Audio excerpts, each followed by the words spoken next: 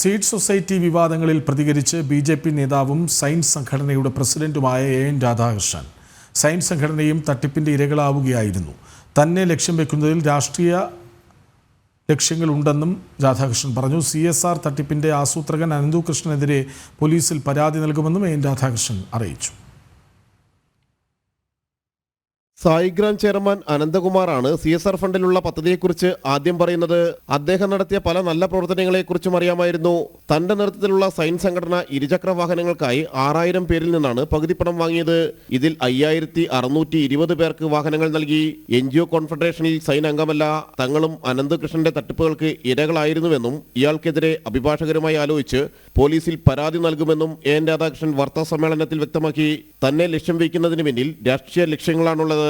1 രൂപ പോലും ഞങ്ങൾ ഡൊണേഷൻ വാങ്ങിയിട്ടില്ല. ഞങ്ങളുടെ 2 വീലർ വിതരണം ചെയ്യുന്ന ഘട്ടങ്ങളിൽ ഞങ്ങൾക്ക് വന്നു ചേർന്നിട്ടുള്ള പണം ഞങ്ങൾ കൃത്യമായി ഇവർക്ക് ഹാൻഡ് ഓവർ ചെയ്തിട്ടുണ്ട്. അതിന്റെ കണക്കുകൾ ഞങ്ങളുടെ കയ്യിലുണ്ട്. ഞങ്ങളും ഒരു ഇരയാണ്. 5620 വണ്ടി ഞങ്ങൾ വിതരണം ചെയ്തിട്ടുണ്ട്. ഞങ്ങൾക്ക് ഇനി ഒരു 5% വണ്ടിയെ കൊടുക്കാനുള്ളൂ. ഞങ്ങളെ സംബന്ധിച്ചിടത്തോളം ഞങ്ങൾ ഇരയാക്കപ്പെട്ടത് ഞങ്ങളുടെ ഫണ്ടിനെ സംബന്ധിച്ച് ഞങ്ങൾ ഇരയാക്കപ്പെട്ടിട്ടുണ്ട്. കേരളത്തിൽ ഇടതു വലതു മുന്നണി നേതാക്കളടക്കം സീഡ് സൊസൈറ്റികളുടെ പരിപാടികളിൽ പങ്കെടുത്തിട്ടുണ്ട്.